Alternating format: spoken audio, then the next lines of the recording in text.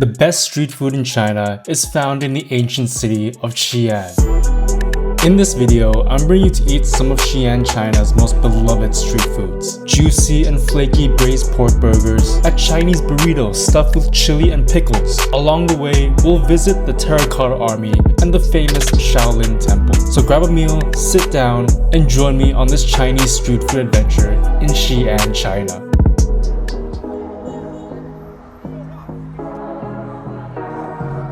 So this area we're currently in right now, it's called the Muslim Quarter, which is basically like the street food central of Xi'an. Xi'an's Muslim Quarter is the city's most vibrant and chaotic neighborhoods. Centered around the great historic mosque of Xi'an, the area has been home to the Hui Muslim community for centuries. But we are here for the dense concentration of street food. Here you'll find a mix of traditional Xi'an flavors and halal cuisine, grilled mala beef skewers, pungent deep-fried stinky tofu, sweet sticky rice desserts, and the most famous street food dish of the Muslim Quarter, the juicy RouJiaMo, the Chinese burger. And the atmosphere and environment is very hectic here. So there's a lot of good looking food around, so I want to go around and find some to try out. I have to apologize, my microphone failed to record audio in a lot of these parts, so I did my best with voiceovers. So here we go. Sorry, how much? 15. 15. Yeah. 15. Okay. The first Chinese street food snack is stinky tofu, one of my absolute favorites. Blocks of tofu are fermented in a brine to give it that signature pungent fragrance. Then it is deep fried so the outer shell is crunchy while the inside puffs up and becomes a gooey and custardy texture. Then it's your turn to add the toppings. Things like chili oil, pickled vegetables, sesame seeds, as much as you want. Despite the smell, the taste is surprisingly mild and savory with a slight tangy, umami-rich profile. The sour pickled cabbage and the spicy chili sauce definitely helps to balance out the richness. It's not that smelly, but it is a love it or hate it sort of dish. If you can get past the smell, it's one of the most unique street food experiences you'll find anywhere in the world. I highly recommend you give stinky tofu a try. Next we have one of the strangest looking snacks I have ever seen. Very eye-catching indeed. This is a steamed osmanthus rice cake. Pounded glutinous rice seasoned with osmanthus flour and sometimes topped with dates. The taste is sort of like mochi with a refreshing floral aftertaste. It's very sweet, sticky, and of course it's very gooey. Worth a try, honestly. Though there was a bit of a language barrier with the vendor. I asked for one slice. I got 3 and she just took my 10 RMB bill without giving me change. Whatever. This next Chinese street food item is an iconic dish in Xi'an. Let me introduce to you the RouJiaMo. Originated in Xi'an, you'll find this juicy sandwich everywhere at the Muslim Quarter. It starts with a special flatbread that is lightly crispy on the outside and soft and chewy on the inside. Perfect for soaking up all the juices from the filling, which itself is usually pork belly that's been braised for hours with soy sauce and Chinese 5 spices. Once braised, the meat is finely chopped, so every bite is rich and flavorful and ultra tender. Inside is even more splattering of flavor. Some bits of freshly chopped peppers and green onions, and the all-important chili oil. What makes RouJiaMo so good is the balance of textures and flavors. You get the juicy, savory, fatty meat paired with the toasty bread that holds everything together without falling apart. It's so good. It's juicy, it's comforting, it's incredibly addictive, it's made fresh to order, and it's everything that a great street food dish should be in China. When you come here to Xi'an, RouJiaMo should be on your must-eat list. We are here at Qin Shi Huang's mausoleum, the place where you can find the Terracotta Army. Something that I actually want to see for a very long time now, ever since I learned about it. And this is basically like a dream come true for me, like a bucket list item checked off. So we're gonna go inside, we're gonna see how it is.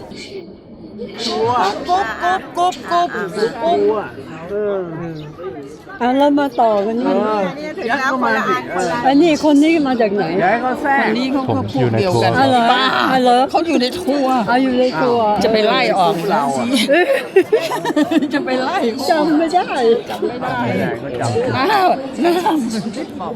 ยังว่าเขาบอกอยากให้แทรก The mausoleum of Qin Shi Huang unfolds not as a single tomb, but as an entire necropolis. Spanning over 6.3 square kilometers, the mausoleum of Qin Shi Huang dwarfs anything you might expect from an ancient burial site. We move inward, boarding a shuttle bus that takes us straight to one of the greatest archaeological discoveries in human history.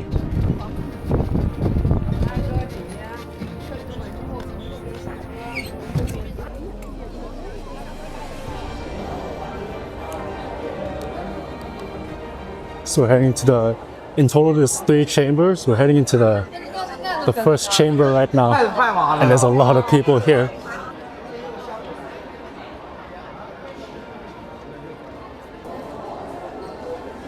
We're catching glimpses of it now. It looks so impressive.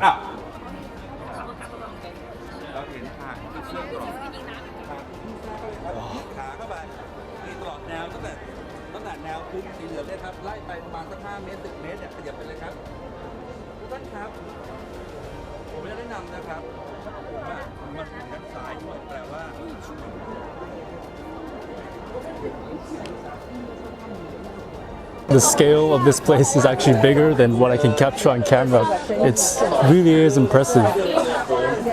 So in total, there's 3 chambers that's been unearthed, but I think in total there's about 8,000 of these terracotta warriors that we've found so far. This first chamber measures an impressive 230 by 62 meters. That's double the length of a full-size football field. This one chamber alone contains around 6,000 individual terracotta soldiers, archers, and horses, along with chariots and various armaments. Each individual soldier you see before you has a distinct face and height that separates them from the others. And these soldiers are positioned as a real formation army would be. Infantry vanguard at the front, chariot, horsemen, and archers at the rear, and a column of infantry on the flanks as guards. You'll notice that the soldiers in the front half of the chambers are fully restored. The back half is where the restorative work is still ongoing. Before we continue, I just want to say if you're enjoying the video, how about giving it a like, and if you want to support me, then I would really appreciate it if you subscribe. Alright, let's get back to the video. Okay, now we're making our way to the second chamber.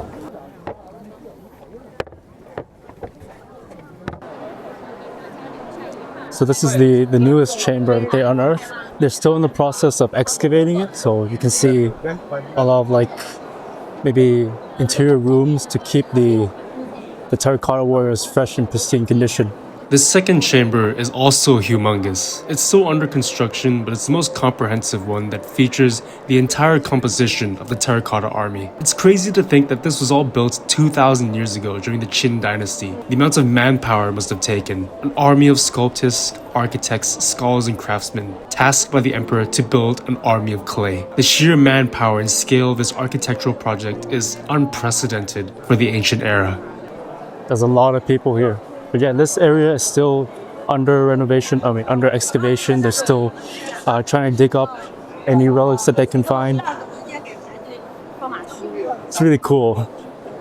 But there was a lot of people in front of us. The reason there's so many people here is because in this chamber, it's the only chance we can get an up-close and personal look with not 1, but 5 of the terracotta warriors. These figures were once painted with bright colors that have since oxidized and deteriorated when these artifacts were unearthed. But the detail on each of these soldiers is incredibly impressive for the ancient era.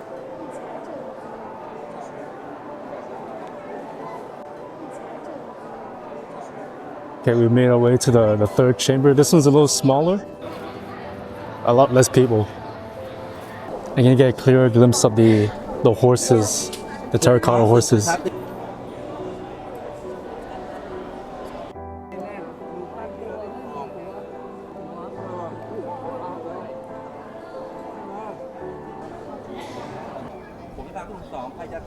There's like a gift shop nearby and I want to go take a look. I want some sort of like memorabilia to bring back home. It looks to be sort of like just like Pop Mart things, you know, like those like hidden like random loot box toys. Oh, there's like metal figures. Damn, that's cool.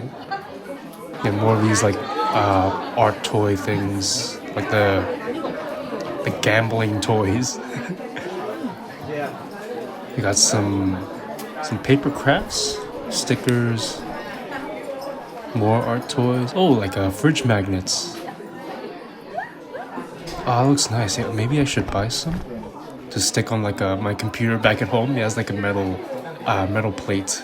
Yeah, it seems like just pretty generic souvenir stuff. Pins, keychains. Yeah. So I bought myself a little souvenir. It's like a miniature made out of metal of the terracotta warriors. So this is what it looks like. I found out later that this was mass-produced and it's not only sold at the Terracotta Warriors place.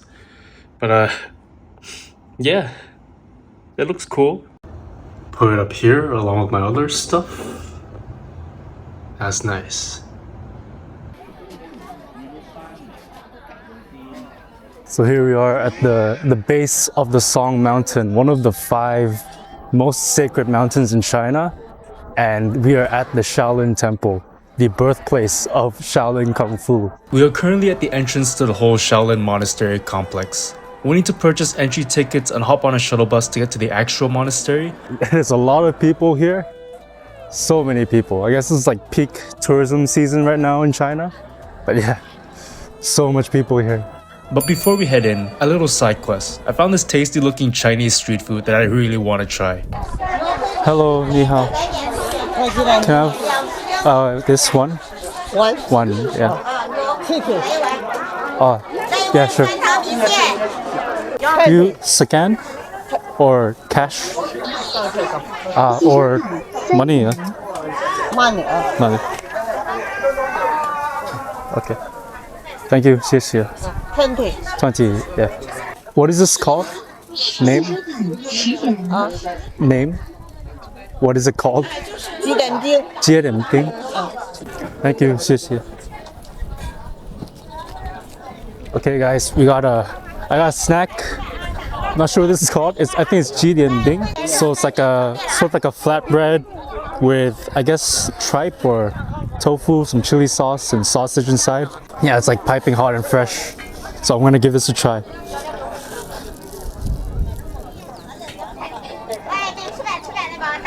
Okay, I just got the bread part, but it's sort of like a flatbread combined with an egg. That's pretty tasty, actually. Yeah, there's a filling inside. Let me just get to the filling.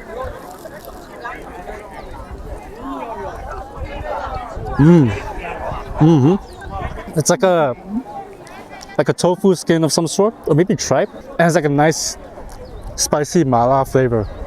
That's really tasty, and there's like pickled vegetables inside as well. That's great. Yeah, warm, hot, and fresh. This is really tasty. All right, let's hop onto the shuttle bus and head to the Shaolin Temple.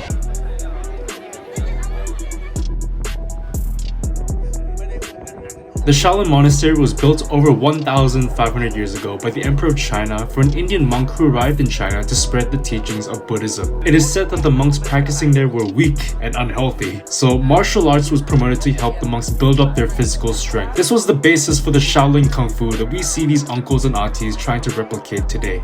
So walking into the Shaolin Monastery, the first thing you notice are these trees. Special thing about these trees, if you notice inside, there's like well, you can't see it as a gate, but inside these trees there are holes in them.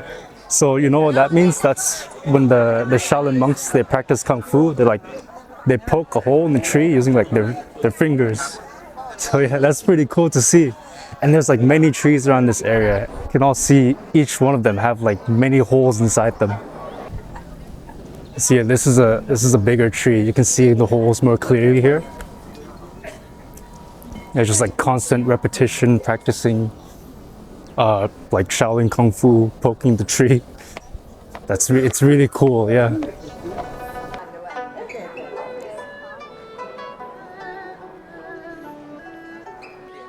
Heading deeper into the monastery, we encounter these statues of ancient Chinese mythical creatures. So the turtle dragons you see behind me, they're supposed to give you, they're like a mythological Chinese creature. They're supposed to give you a lot of wealth, a lot of money, if you rub their heads and kind of like bring the richness to you. So that is a tradition. There's 6 of them here in this area. And yeah, it's supposed to bring you a lot of wealth, a lot of success in your business.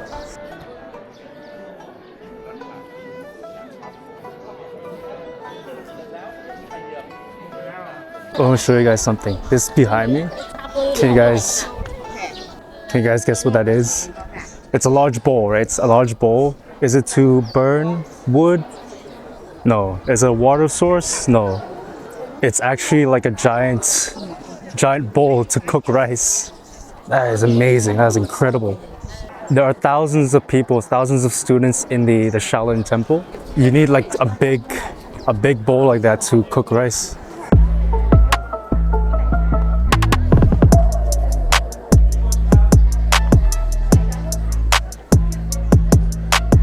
During the communist regime, the temple was burned down. And so you can see relics of like the damage to the stoneworks. Statues that were supposed to be here is gone because it's been stolen or melted down for gold. Shaolinism, Shaolin Kung Fu was outlawed, but the practice still continues and often in places where it's quite hidden. And this is actually one of the places where Shaolin monks trained when it was outlawed. That was where Shaolin monks were practicing in secret away from like the eyes of the government. You can still see Shaolin monks walking around. It is sort of become like a tourist spot. This isn't like the main monastery perhaps. This is probably like the open to tourists. It's almost holy and sacred in a way. And this area, the Song Mountain, is a very sacred area. It's one of the 5 sacred mountains within China. Okay guys, from here we're going to see a Kung Fu performance performed by young Shaolin monks in training. So that's going to be exciting. And there's a lot of people here, so I hope we can get a seat. Dude, this must be some spectacular performance if there's this many people trying to clamor in for a seat. This is crazy. And there's even a lady holding up an umbrella without a care for the others around her. She could literally poke someone's eyes out with that. What the hell? This is an incredibly stressful situation because you're not just slowly waddling forwards. You're being pushed from the back, from the front, from the sides, from impatient people trying to squeeze their way in. Your body is in contact with the person in front, at the back, and at the sides. If the force of the people pushing is great enough, then it could literally be dangerous enough to kill you. The squeezing against your chest can interfere with the breathing. This is seriously dangerous. And the worst thing is, there's police here and they don't do shit. After what felt like forever, we finally made it to the building, and this is me trying to get into the theater to watch the actual show. The thing is, we bought tickets to see the show, and I guess everyone else here also has tickets? There is no one, no staff to manage this crowd of people. It's everyone for themselves.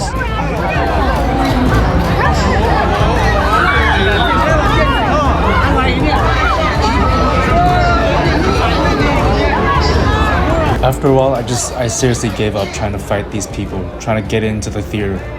Yeah, I'm not watching that, man. That's like a disaster waiting to happen. Hundreds of people just crushing into each other. That's like, and people are clogging the exit, the fire exit, emergency exit as well. Like, what the hell? Look at that. That is crazy.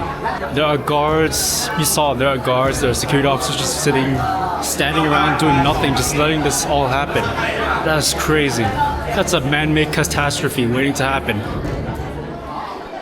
The Shaolin Monastery is a beautiful historical landmark to see, but the whole thing has been turned into a huge tourist destination. It honestly feels like the whole point of a peaceful religious monastery has been lost. While the practice of this martial arts lives on, this original Shaolin Monastery is a shell of its former self, and its only purpose nowadays is a highly commercialized tourist attraction. If you enjoyed this video or it has inspired your next food and travel adventure, then I really appreciate if you give it a like, comment, and subscribe to my channel. Also, feel free to share it with someone planning an upcoming holiday. And if you want more detailed travel guides and food recommendations, visit my food and travel blog at feastographyblog.com. Link is in the description below. Thank you so much for watching, and I'll catch you in next week's food and travel adventure. Bye bye!